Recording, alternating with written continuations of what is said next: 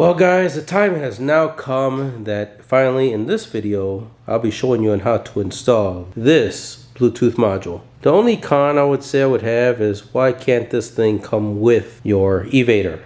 Now we're going to be installing this on the 2024 E-vader from Venom Motorsports. But if you have an older model than the 2024, this Bluetooth module will still work with that particular model, as far as I know. All right, so let's go ahead and let's get this little guy installed. If there's a question you're asking on why do we need to install this Bluetooth, since there's nothing really that fantastic or anything going on with the gauge cluster, this Bluetooth module will let you customize or at least modify some stuff on the bike that otherwise you would not be able to. So let's get started and let's install it. So first things first, we are going to need to remove this section of body paneling. All right, so this tool that you're going to need is going to be a 10mm socket, and you're going to have to remove a screw right there, 10mm, 10mm, 10mm. Then after that, I believe it's going to be a Phillips screwdriver there, a Phillips screwdriver over there. And then if you look inside here, I removed the seat a little bit, a Phillips screwdriver up there. And if I'm not mistaken, besides this one right over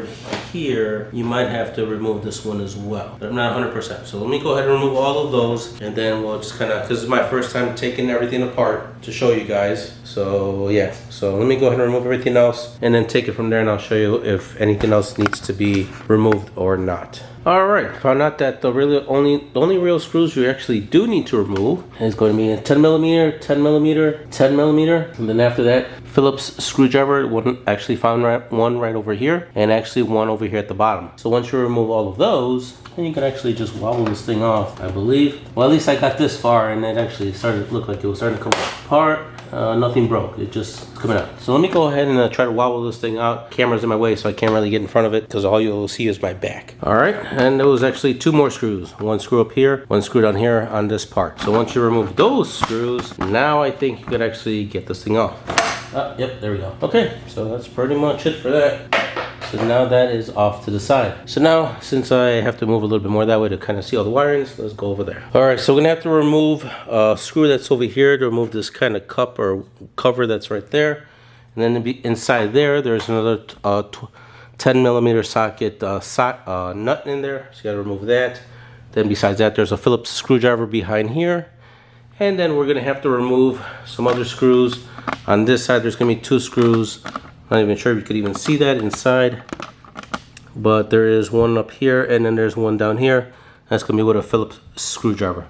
So I'm gonna go ahead and remove all those screws, and then we should be able to get to the wiring harnesses that are inside, or all the wire and cable and stuff that we could access the Bluetooth connector.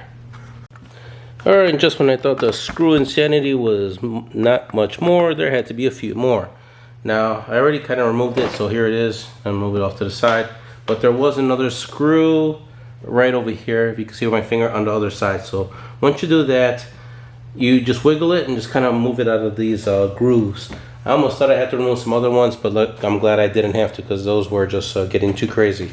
But now we have our little side fairing piece, and we could remove it. Actually, let's check with another side of it. And you can see not much, just some plastic pieces, which I find interesting. You could actually, remove these if you wanted to have, a hole, and be able to, just have it open.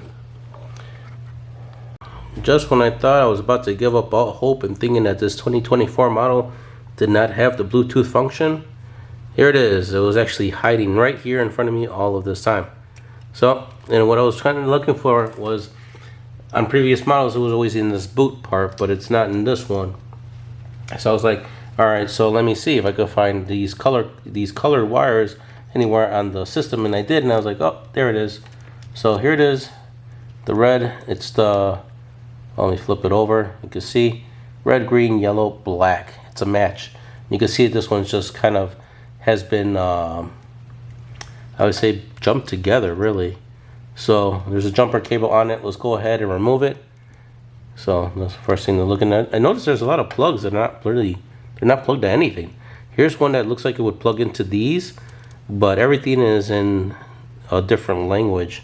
Alrighty, so I'm gonna go ahead and remove this. So there is the little jumper that it was connected to. I'm just gonna keep that off to the side, as we no longer need it. Now I'm gonna go ahead and plug in the Bluetooth module. There we go. It feels so good to finally connect this. All right, and let's see. Now we're just gonna have to find a spot to put this little guy on. Maybe I'll just pretty much put it here, really. And I'm gonna get a zip tie and just kind of zip tie it to this wire loom. All right, so I'm gonna want to make sure that everything works good before we put all the paneling back on. So always make sure that your kill switch is in the on position, because if you have it on the on position and you turn the key and something were to glitch, your bike will go forward and crash. So definitely you don't want that. Kill switch on. All right, next we're gonna go ahead and turn the key. Let everything kind of cycle through. And once it shows the, not the odometer reader, but the trip reading, you know everything's set. Okay, so now showing trip reading. We're gonna go over to the phone, and I'll have the name of the app that you need to install for this to work, and it's gonna have a little e-motor thing. Once you select that, you wanna go to where it shows the name of the control module. So you can find it.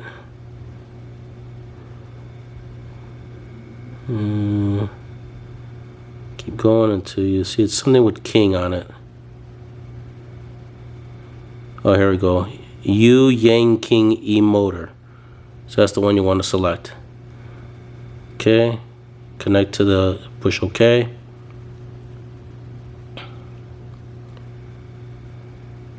Pair. And the code is going to be 1, 2, 3, 4, 5, 6, 7, 8. Then press OK. And we're in. We are in. There it is, guys. Alright, so that's a good thing. After rocking my brain for so many times. Okay, so now that we are in, we can actually adjust all the perimeters and actually finally tune the E-vader to the right miles per hour and everything else. Alright, so here's just showing the stats. I don't think you could scroll up. Power, see, you want to disconnect the device? No. Over here it says kilometers an hour or miles per hour. So over here I selected miles per hour, and it changed up over here. Up here it's on the gauge cluster, so showing miles per hour. I'm going to go ahead and select kilometers per hour and see if it changes up on the gauge cluster as well. And nope, it still says miles per hour. So I'm not sure if selecting it, let's see. You know, after you select it and save the perimeters, I'm not sure if you have to save it and then it'll change on the gauge cluster as well, but still new to it. Then over here you have letter E and something. Oh, that's a E for English, or the other symbol is for the Japanese. Alright, so that's that. Now let's go into some different settings.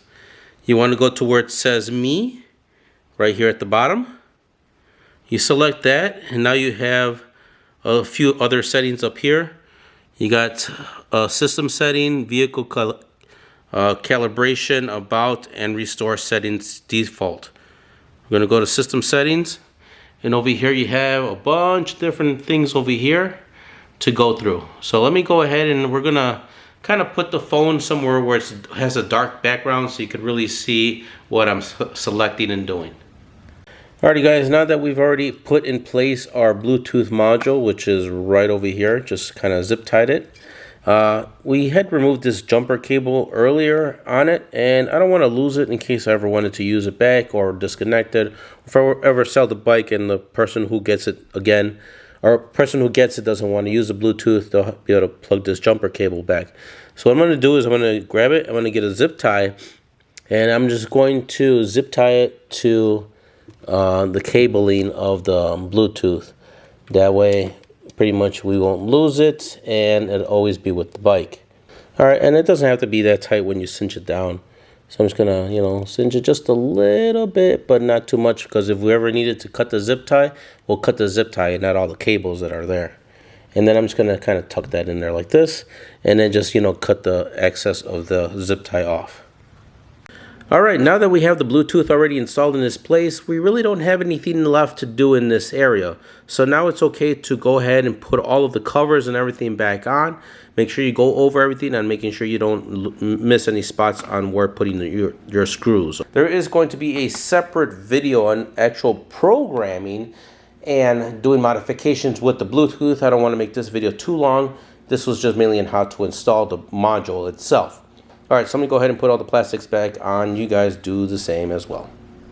Okay, all the body panels are already on the bike. Now, I will have a separate video on how to configure and set different parameters on the Bluetooth module through the phone and the app. I will note this though, that on the app, you're able to configure the speed, but not on the gauge cluster, only on the phone. So that's going to be a very big kind of takeaway when, you know, calculating your miles per hour when you're out on the road, because you're not going to see that on the gauge cluster. Now, if you're I will say this though, that when you get your E-vader, and if you notice that when you're riding, when you get to your top speed and it says 99 miles an hour on your gauge cluster, please contact Venom Motorsports ASAP, because the gauge cluster is incorrect, obviously. If you saw my other video, you saw that I had 99 miles an hour on the gauge cluster. If you get a bike that says the same thing, please contact them within the 30-day period so they can send out a new gauge cluster to you, which will show, kind of display the correct miles per hour. So I just wanted to mention that to you guys. All right, so stay tuned. Like I said, there's gonna be a follow-up video that's gonna show you a little bit more in depth on how to work the app and all of those good things, and that'll be coming soon. All right guys, take care, and I'll catch you guys on the next installation.